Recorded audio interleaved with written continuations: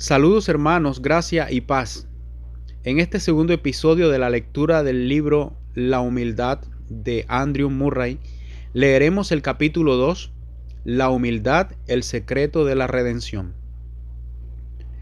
Haya pues entre vosotros los mismos sentimientos que hubo también en Cristo Jesús, el cual se humilló a sí mismo al hacerse obediente hasta la muerte y muerte de cruz.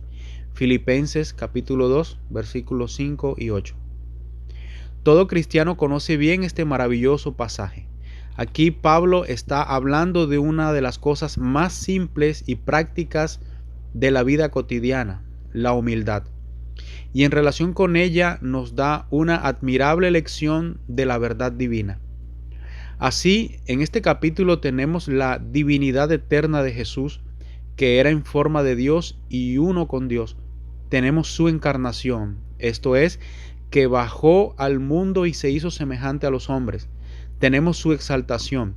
Dios también le exaltó hasta lo sumo, y tenemos la gloria de su reinado, cuando toda rodilla se doblará y toda lengua confesará su nombre. Romanos capítulo 14, versículo 11. Y todo esto lo dice Pablo sin pretender impartir una clase de teología.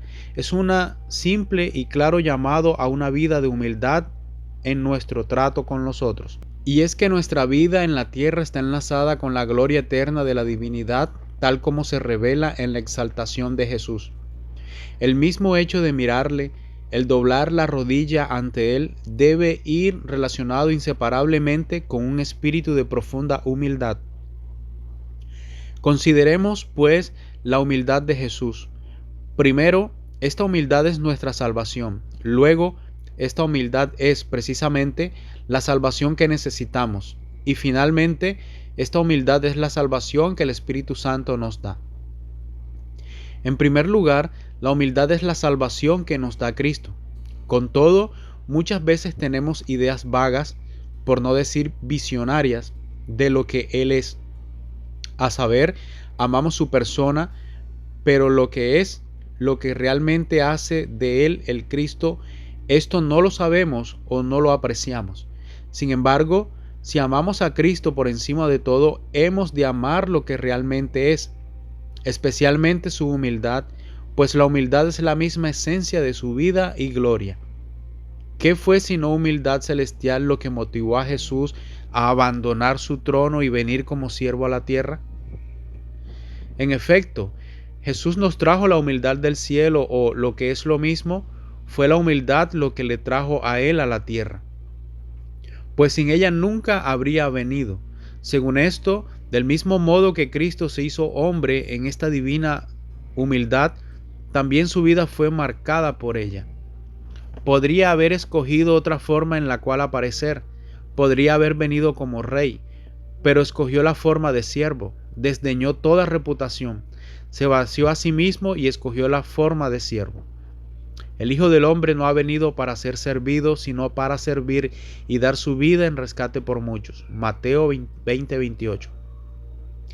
Y como sabemos, en la última noche se puso en el lugar de un esclavo, y ciñéndose con una toalla, lavó los pies de Pedro y de los otros discípulos. Ciertamente la vida de Jesús sobre la tierra fue una vida de profunda humildad, y fue esta lo que dio a su vida valor y hermosura a la vista de Dios. También su muerte supuso una continua exhibición de humildad sin paralelo. Se humilló a sí mismo y se hizo obediente hasta la muerte y muerte de cruz. Entonces ocupó el lugar del pecador culpable para poder llevar nuestra carga y, con su preciosa sangre, consiguió liberarnos y limpiarnos de nuestras manchas y culpa. Por todo ello, no resulta exagerado afirmar que la humildad de Cristo es nuestra salvación. En otras palabras, el secreto de su exaltación al trono es este, que se humilló ante Dios y el hombre. Se humilló a sí mismo, por lo cual Dios también le exaltó hasta lo sumo. Filipenses 2, 8 y 9.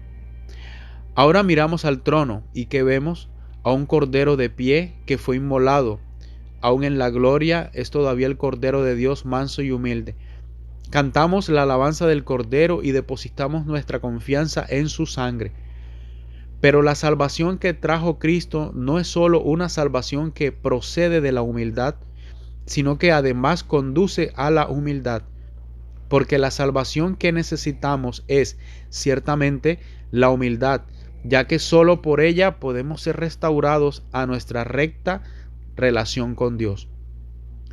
La humildad tiene un lugar prominente en casi cada epístola del Nuevo Testamento. Pablo, por ejemplo, dice: andad con toda humildad y mansedumbre, soportándoos con paciencia los unos a los otros en amor, solícitos en guardar la unidad del Espíritu en el vínculo de la paz. Efesios capítulo 4, versículos 2 y 3.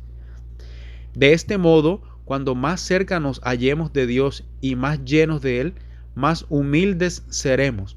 Y lo mismo delante de Dios que de los hombres, preferiremos inclinarnos muy bajo. Asimismo, conocemos la autoconfianza de Pedro al principio, pero en sus epístolas su lenguaje es muy diferente. Igualmente, los más jóvenes estad sujetos a los más ancianos, y todos sumisos unos a otros, revestidos de humildad, porque Dios resiste a los soberbios y da gracia a los humildes. Humillaos pues bajo la poderosa mano de Dios, para que Él los exalte a su tiempo. Primera de Pedro capítulo 5, versículos 5 y 6. Y es que Pedro, en su fracaso, había padecido en sus carnes el verdadero significado de la humildad, y por eso se atrevía a predicarla a todos. Dicha humildad consiste en renunciar a toda confianza en uno mismo y vivir dependiendo de Dios como un siervo a quien el Padre ha enviado. Esta es verdaderamente la salvación que necesitamos, el espíritu de humildad que hubo en Cristo, pero el orgullo estorba esta obra. Con todo, el decreto de Dios es inexorable. Dios resiste a los soberbios y da gracia a los humildes. Santiago capítulo 4 versículo 6. ¿Cuántas veces Jesús tuvo que hablar a sus discípulos sobre el orgullo? El que se ensalza será humillado y el que se humilla será ensalzado. Mateo capítulo 23 versículo 12. El que quiera ser el mayor entre vosotros sea vuestro servidor. Mateo 20, 26. Es ahora cuando interviene la salvación que nos da el Espíritu Santo. Ya sabemos el cambio que ocurrió en aquellos discípulos, todo gracias al poder del Espíritu. Y es que el Espíritu Santo representa la vida, la disposición, el temperamento y las inclinaciones de Jesús bajados del cielo a nuestro corazón. La plenitud del Espíritu Santo es esta: Jesucristo en su humildad viniendo a residir en nosotros. En última instancia, Cristo fue al cielo para obtener un poder que no había tenido antes, el poder de vivir en los hombres como ya prometiera antes de su ascensión. He aquí yo estoy con vosotros todos los días hasta el fin del mundo. Mateo 28:20. ¡Qué maravilla! El Señor nos rodea por todos lados. Solo hay que dejarle entrar en nuestro corazón para que su luz brille en nosotros. No hay árbol que pueda crecer fuera de la raíz de la cual brotó. Del mismo modo que debemos al primer Adán y a su caída el poder del pecado que se halla dentro de nosotros, hemos de conocer al segundo Adán y su poder para que nos dé una vida de humildad tan real y permanente como ha sido el dominio del orgullo.